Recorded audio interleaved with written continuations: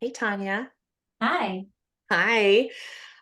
So this is my friend Tanya. She's the money life coach. Is that how you refer to yourself? Yeah, the Money Life Coach. So Tanya is an expert at personal finance, and I'd love to hear just a little bit more about your story, Tanya, and like what brought you to this work. Yeah, well, interestingly enough, my relationship and how bad my relationship was kind of involved with personal finance. So, I think for the most part, I was in my early 30s when I started jumping into figuring out my personal finances. And as a woman, I was feeling super just empowered on knowing how to manage my money, feeling like stuck in a lot of ways, in a lot of debt. And then I ended up moving in with my boyfriend, which, I moved in with him by default because I was like, I'm going to save money, right? Which is the wrong reason to move in with, with a person. But then when Yeah. we hadn't known each other very long, so I felt super reliant on him and just, like I said, disempowered. And then I just was like, you know what? I'm in all this debt. I'm sick of feeling this way. And that's when I kind of went on this, or not kind of, I went on full in on my personal finances, educating myself, joining a coaching program, joining all kinds of stuff to kind of like, what am I doing wrong? How can I, fix my past with money so that I can step into the future and, where I wanted to be and where I saw so many people living the life I thought, I wanted to be living. So, um, and that started with me attacking my debt. So paying off my debt and then being able to build up a savings so that I could eventually be able to leave that relationship after the fact and everything. Um, yeah, so that's kind of what set me on this. And now it's been about 7, 8 years now since then. And my finances have changed completely for the better. And now I'm able to help, millions of people online, but hundreds of people every year with their personal finances personally, which is really cool. Yeah, no, I love that. I think it's so important, especially as women, to take full ownership over our financial health and well-being. And it's so easy, we're fed this line that um, in order to be our best selves, we need to be in relationships. And sometimes relationships are wonderful and sometimes they're not. Yeah. But it's really important to be clear about our own goals and then be clear with our partner about our shared goals around not just finances, but everything. But today we're going to talk about finances specifically. And I wanted to, ask you specifically about like where you see couples struggle the most. What do you think the biggest challenge is in a partnership as it relates to finances? I definitely always see, I work with a lot of couples and women or men out in a relationship, but they don't work together with their partner. So I definitely see like one person who kind of manages the finances, right? Like one person is assigned the manager of paying the bills, figuring out the finances, and then the other person is a little bit left in the dark on like, well, I think I have enough money, and there's a gap in that communication. Obviously, as we know, money is still one of the number one causes of divorce. So, Yeah. um, yeah, I definitely still see that consistently, that one person, either the man or woman, is taking ownership. And then I definitely still see like a separation of finances. Like people, even though they're married, still a lot of people still really think they need to have separate finances and like this is my debt and this is his debt. And there's huge issues with that, I can say, just on all kinds of levels of like not, then they're feeling guilt and shame about spending money over here, not having aligned goals, um, which just trickles into like so many things, feeling mostly guilt and shame around money. Um, Yeah. Yeah, no, that's huge. Those are both really big topics.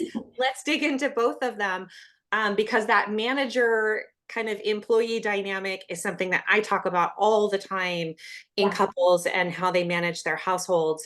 And I think it's really problematic. So can you tell me a little bit more about like what the pitfalls are of having only one person in the relationship really aware of what's happening financially? Yeah. Well, I think it starts with like, so say, the man's managing finances and the woman is taking a back seat or whatever. Some women and then some men too just don't want to deal, like they don't want to deal with it. They have stuff from their past that money's hard. They don't want to look at it. So some of the dynamics, like they don't mind that the other person is managing it because they don't want to do it anyway. So there's like this interesting thing, but then there's this thing that happens because it's like, well, how much money can I spend? Where's our money going? So there's this kind of back and forth that like there's not an alignment with the budget. And the number one thing that I work with people on is like knowing their overhead so that they can work together, whether they have debt payoff goals or they want to save to buy a house or they're going on vacation, or whatever it is. So I think there's just like I said, like there's some people who are like, you do it, they don't care that they're doing it. Yeah. And then there's other people who are like, take ownership and like, I just rather be doing it because I don't want them to like mess it. So it's like a sense of control. It's a control thing in the relationship in some way.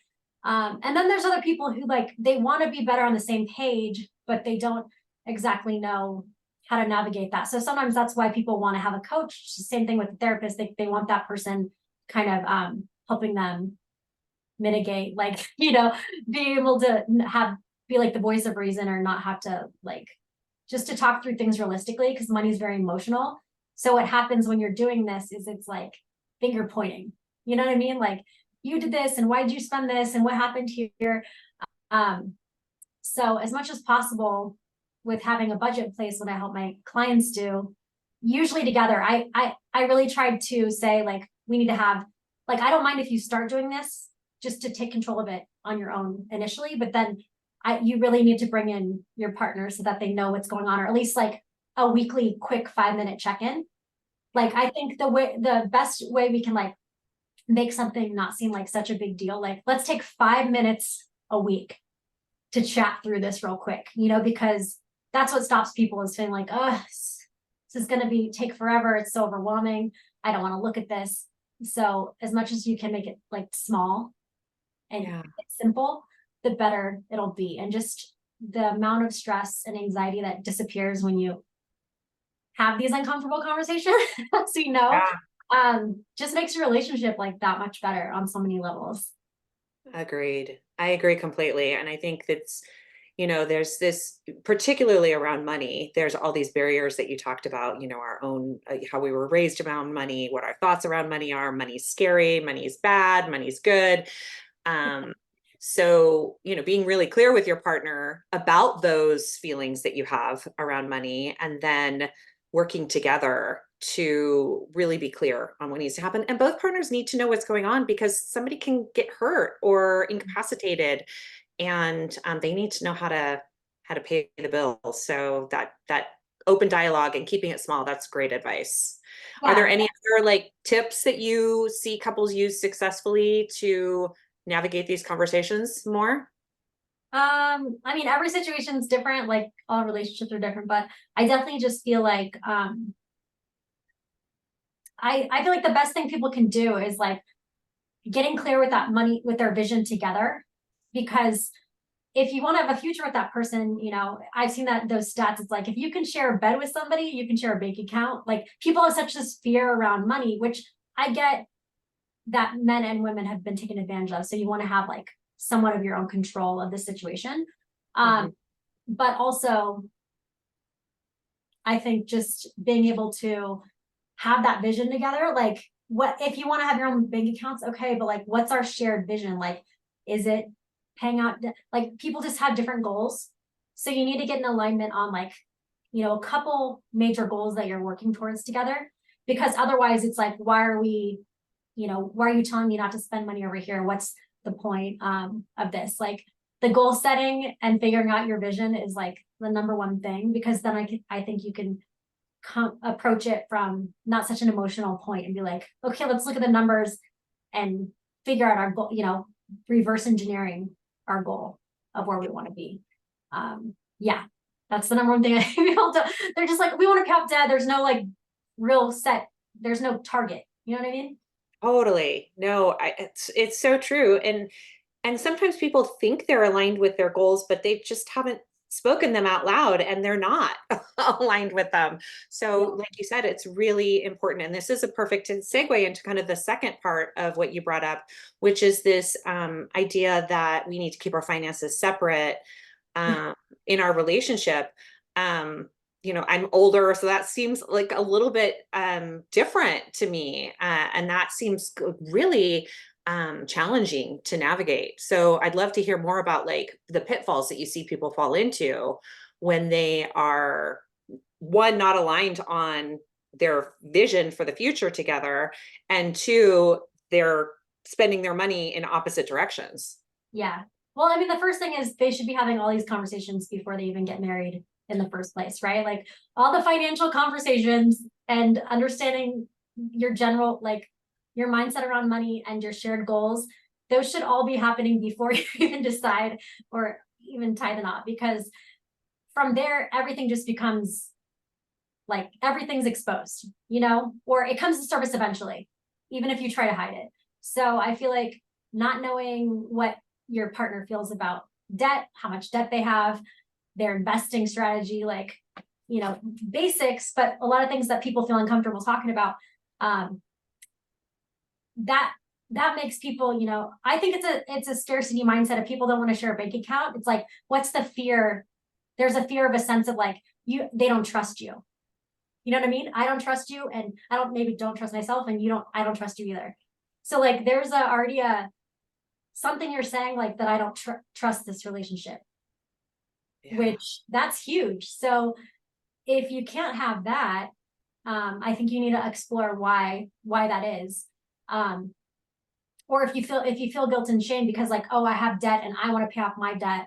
Um, I think that all needs to be discussed with your partner on the strategy for paying off debt, because I just see more and more people hiding money from their partner and trying to fix this problem on their own and feeling like they're living two separate lives, which they are technically, and feeling anxiety every day and can't talk to their partner about money. Yeah. So it just like there's so much there, but I think the trust part is huge. It's like you're saying I can't trust you and I don't trust myself. And I mean, I think that is huge right there of like, I don't trust myself and I don't trust you. That's not a super great way to live. That sounds like it's going to occupy a lot of mind space that could be used towards building a better life together. yeah, and I think the data speaks for itself. Like they show the data of when you have shared goals and when you not just have a shared bank account, but certain things on like how much more successful you are financially. Yeah. And I think the data and the numbers on the reasoning why is much stronger than the reasoning not to. And I personally never been married and I avoided getting married. Like I was engaged and I avoided that because I saw the red flags with our finances and I saw we weren't in alignment. And I feel like knowing your values, it was even little things like him not paying his bills on time, him being okay with being late on certain things like that seemed like little things, but those were all things that was like, I don't feel like I don't want to pay bills late. Like I don't want, um, so I feel like your values around money and what you that all needs to be discussed, try to be discussed openly. Um, and that's why a lot of people do use a coach so they don't feel so like it's gonna turn into this fight. You know what I mean? Yeah, no, for sure. These are really sticky conversations to have, and there's a lot of judgment and defensiveness that comes up between partners when talking about Yeah. money or sex or any of the big, taboo topics.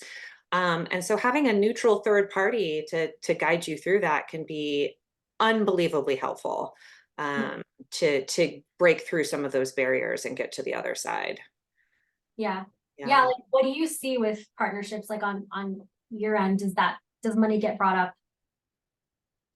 in some of that too? I'm like, For sure. I think money is a huge issue of contention. How many is spent, how many is earned, how many is saved. You get, as you know, my focus is really on helping couples to build overall balanced relationships. mhm. And one of the things that we see systemically is that women end up earning less than their male partners for a variety of reasons, but oftentimes when they become parents, because there's this um, assumption that they are going to be better caregivers and that they are the ones who are responsible for everything that goes on in the home. And that has implications for your ability to succeed professionally.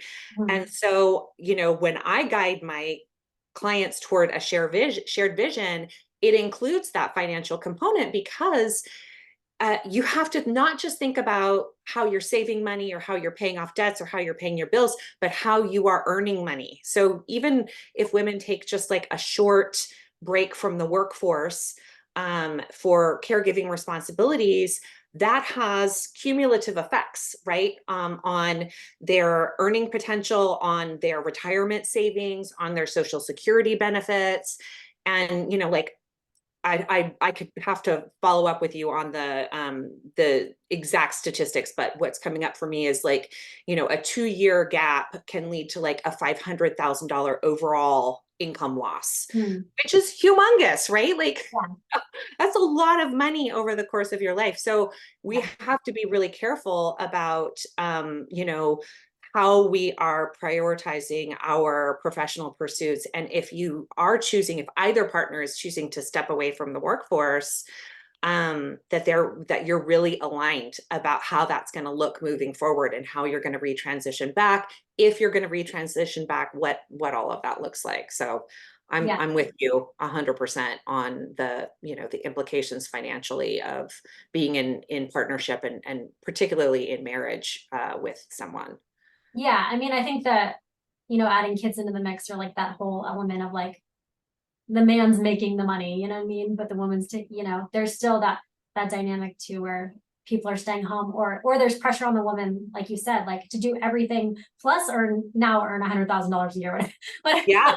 all this money and make it like equal. It's like equality, but like the extreme of equality. And now it's not really equal because now the woman is still doing like the majority of stuff. But sometimes the man doesn't see it that way. And yeah, I feel like some of it's became a little bit better in some ways, but there's still that dynamic of like in some partnerships for sure, like, well, I'm making the money, you know what I mean? It's like it's still his money, or Yeah.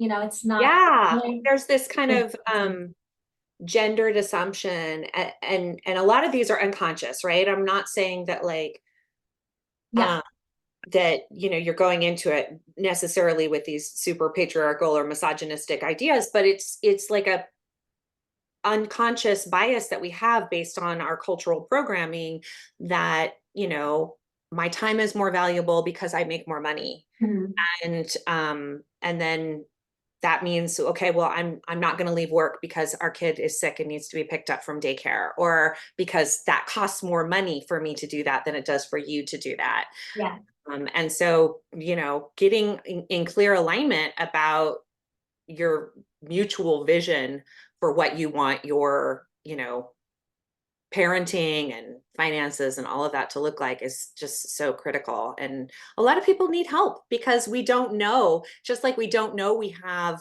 all these hangups about money. We don't necessarily understand that we have all these hangups about gender. We think we're on the other side of it. We think, oh, well, women can be in the workforce and women can do it all. Well, we actually can't because nobody can do it all, right? Nobody can do it all. It's unsustainable.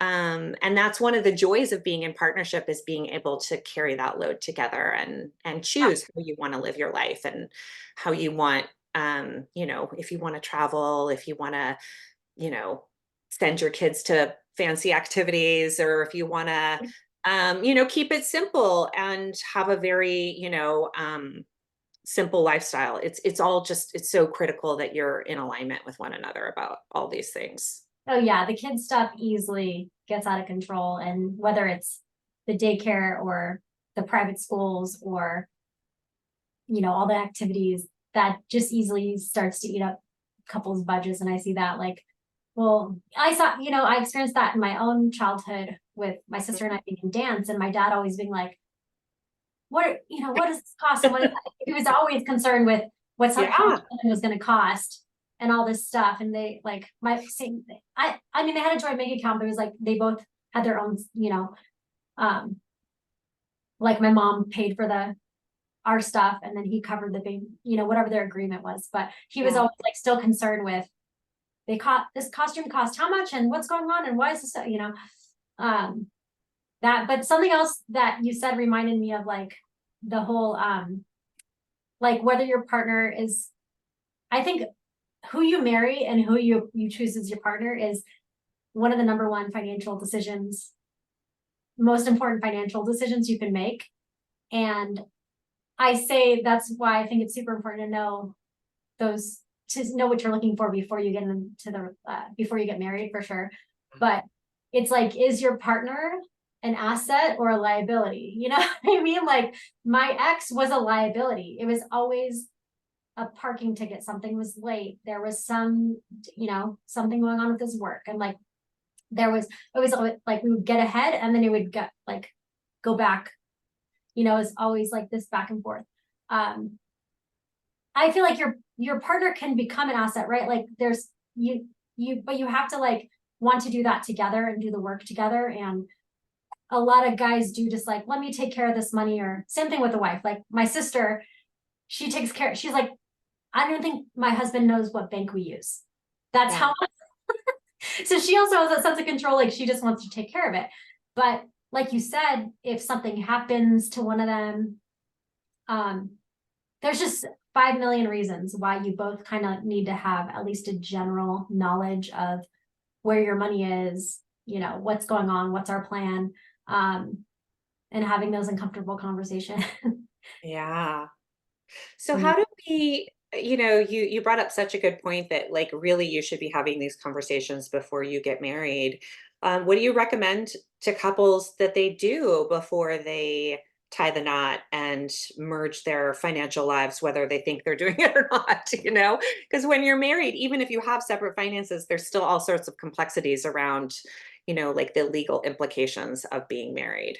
So what should couples do before they get married?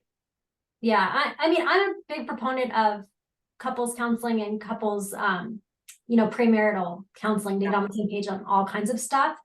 It's just, let's like talk about all this and get this on the table and have a neutral party to talk through all these things now before we say I do. So I think that's key when it comes down to, Yeah. uh, you know, everything, like your all kinds of different things. But I think that, and then also just like having those agreements on, okay, are you going to manage the budget or should we manage it together? It doesn't have to be, we make it up in our head like it's going to be such as like, a lot of people avoid things, like I said, like that's coming from a place of fear. You're having a fear come up. So you're then putting it out there like, I'm just not gonna bring it up because I don't want to deal with that. You know what I mean? But when you avoid it, like I said, it ends up coming out eventually. So I think you just need to be like, I don't know. I become much more open with being like, what do you think about debt? How much debt do you like? I'll just straight up, like, I don't even care if it's a first date. I will ask someone. I love that. I don't even like, and it's from what I teach too. I'm just like, so, Yeah. do you still have a car payment? Like, and because that's my personal values, like that's really important to me. So I think, Absolutely.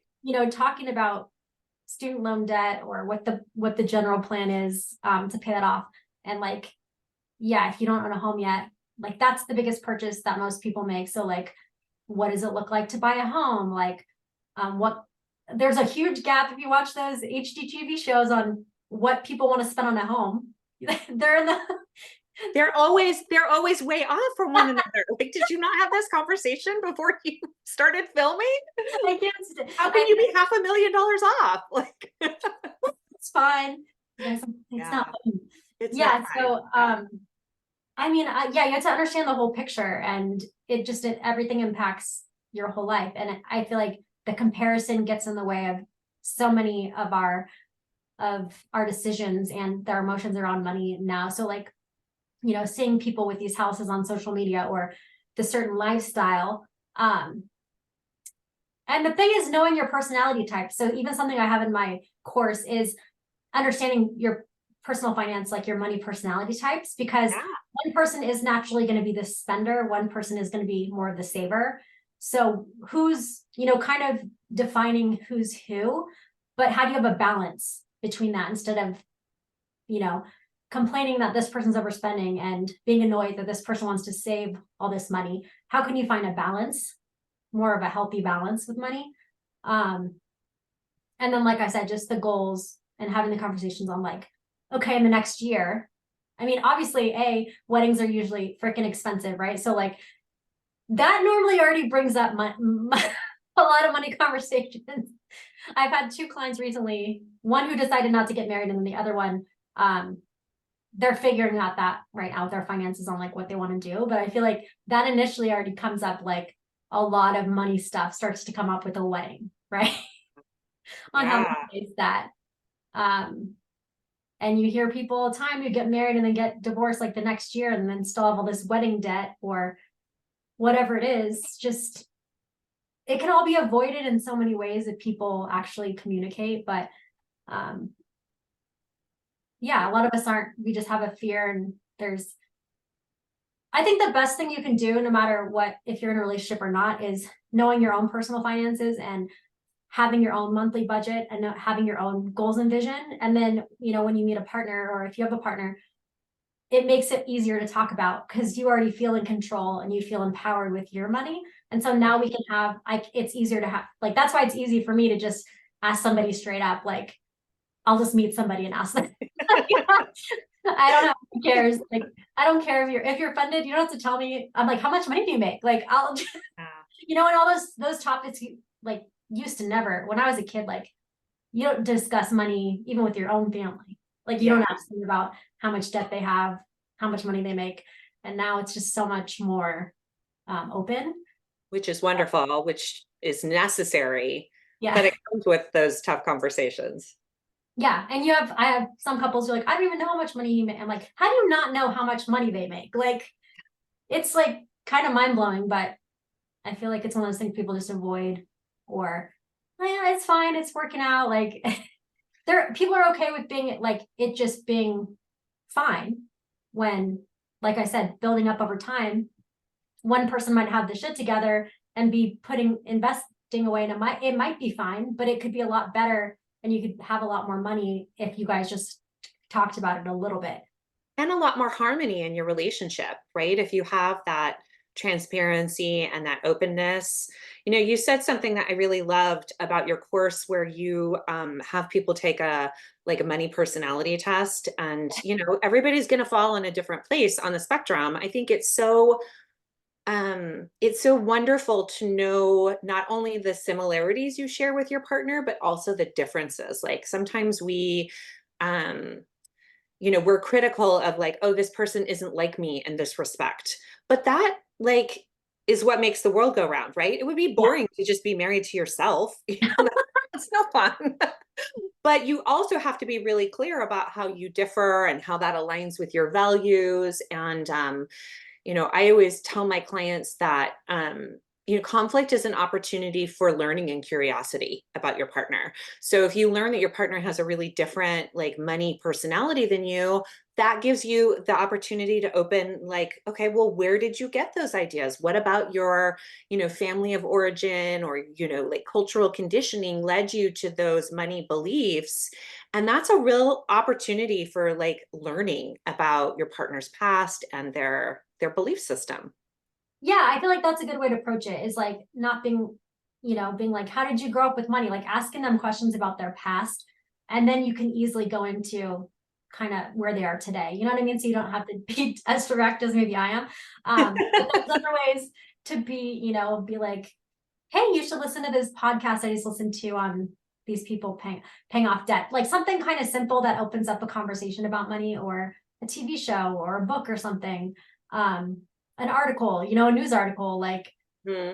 see, like, to buy a house now, we should be making this much. Yeah. Afford a home. Like, what do you think about that? So it doesn't have to be like asking them directly how much money they make, or, maybe questions you don't want to ask right away, but it can be like other ways to bring up that naturally. Yeah. Um, Yeah, and asking okay, do you see yourself as more of like a saver or a spender? Like what, you know, you don't have to be like, how much debt do you have? But like if they tell you a saver or Hey, spender. I think that's also like, I'm totally down for like full open transparency.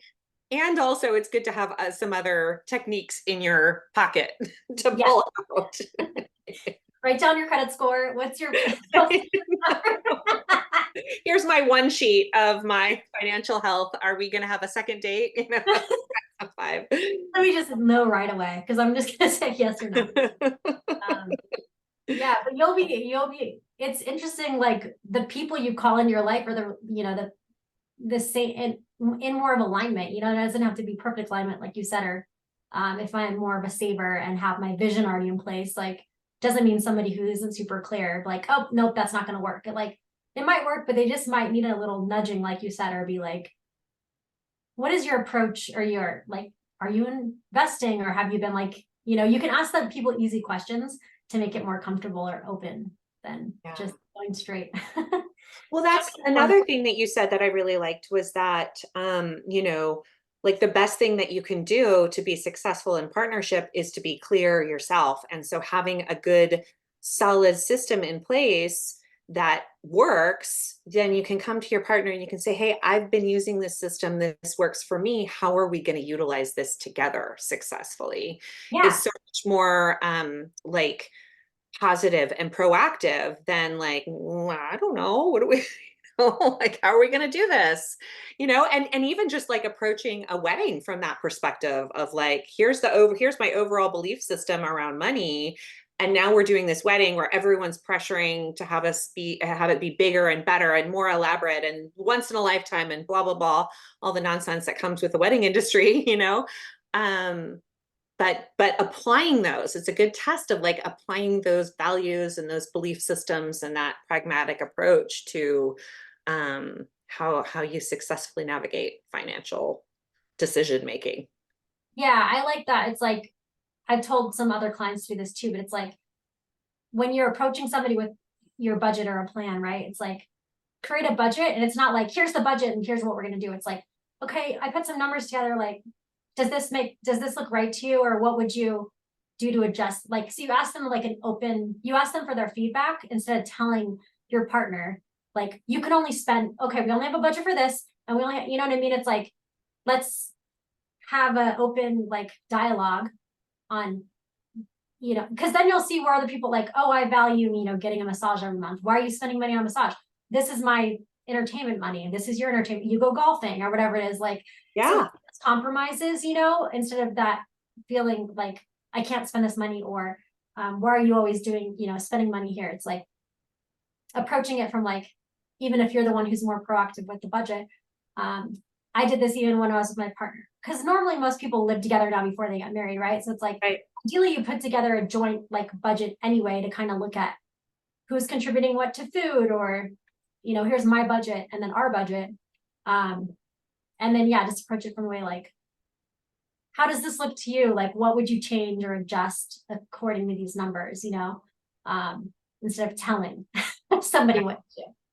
Yeah, that's so much more of a successful approach to navigating, your relationship on any topic, but particularly one as challenging as money. You just said something about like the idea of your entertainment budget and partners sometimes being critical of how the other person spends that time. I think that's a really interesting idea.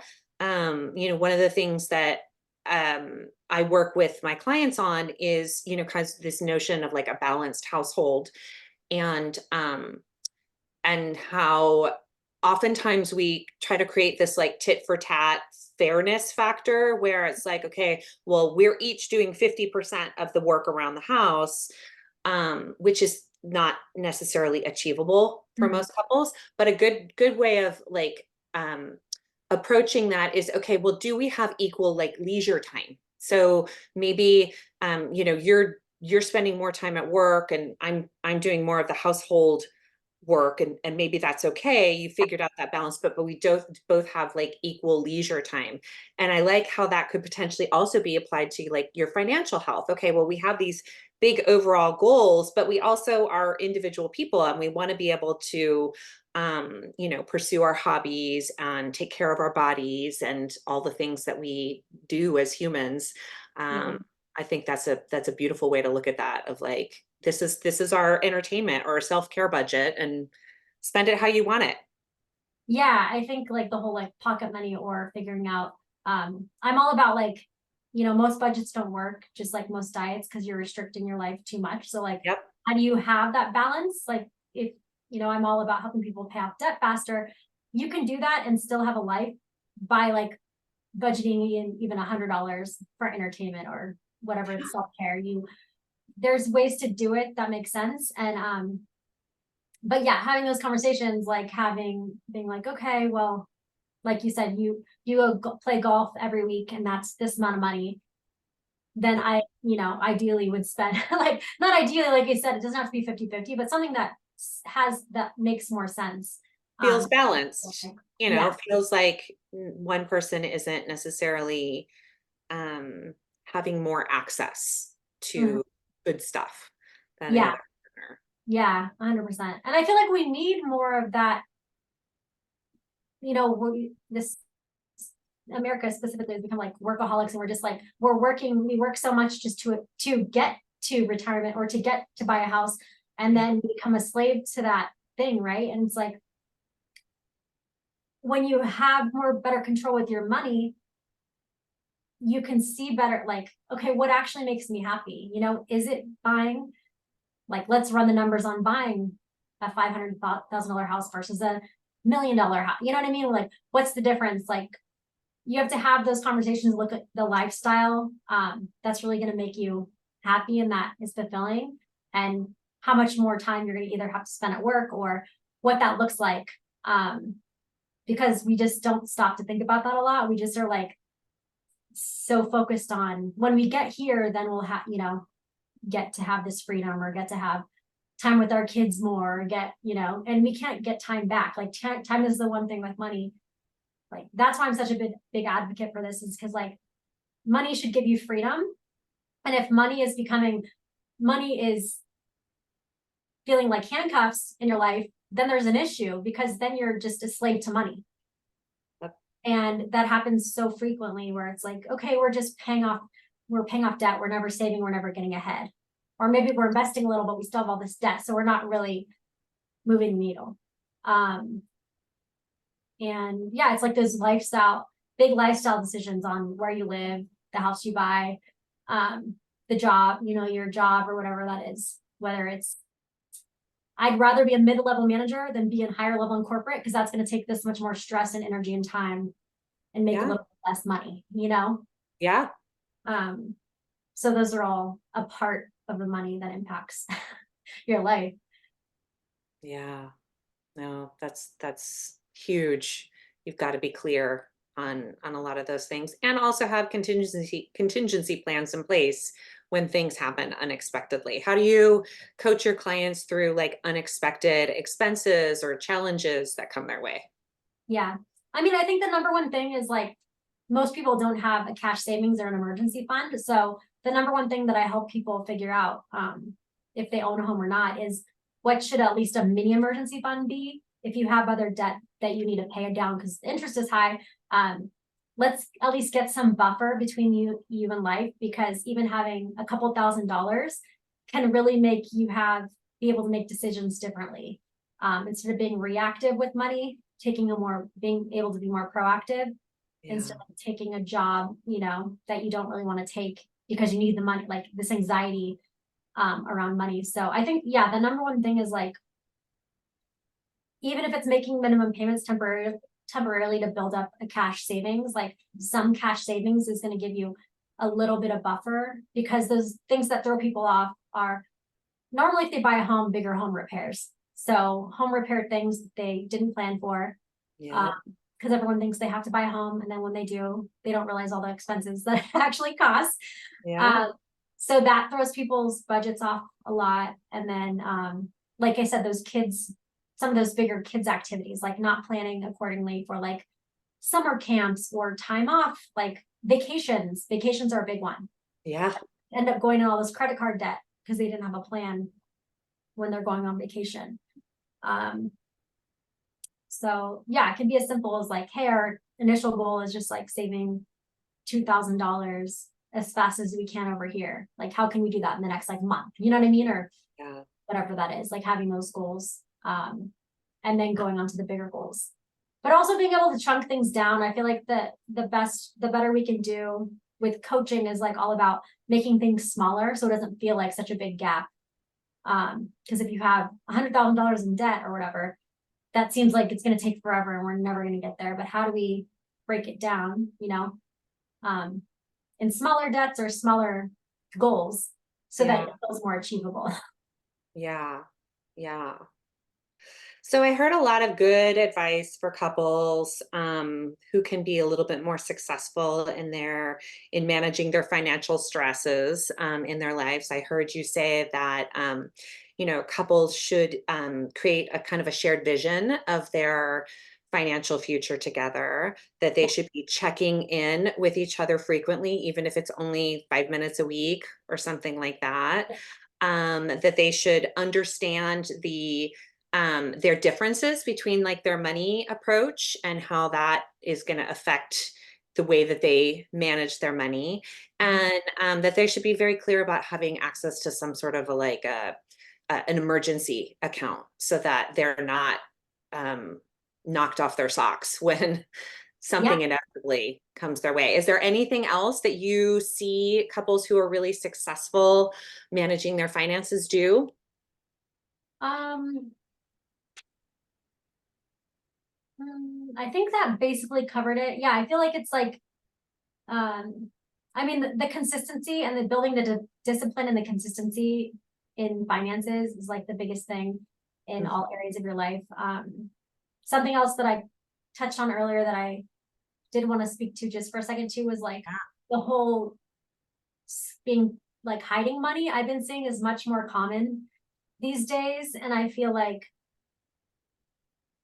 um, yeah, I don't really know what I want to say about that, but I just feel like that needs to get brought up because there's a lot more, it's a lot easier to get your own credit card and hide money or go to situations. And it might be from an emotional place. Like I've met with people who, you know, they lost their father and they just, it's what, they were using spending as like a coping mechanism. So it Yeah. comes from a place, but like,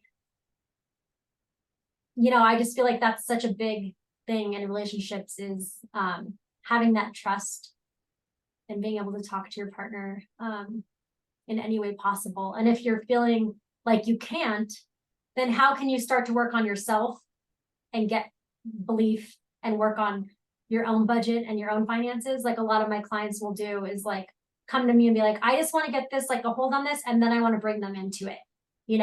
So maybe that's the approach you need to take. Like, okay, I don't want to talk to them right away or I feel uncomfortable, but like, let me figure this out first for the next few months. And then I can like feel comfortable, like bringing them in, but now that I have a plan in place. That's so huge. Hiding anything in a relationship is a betrayal of trust. Yeah. And that is so difficult to overcome. But I love the idea. And it can be scary when you've made a mistake or you, like you said, you had some sort of event in your life that led you down a path that maybe you wouldn't have chosen otherwise.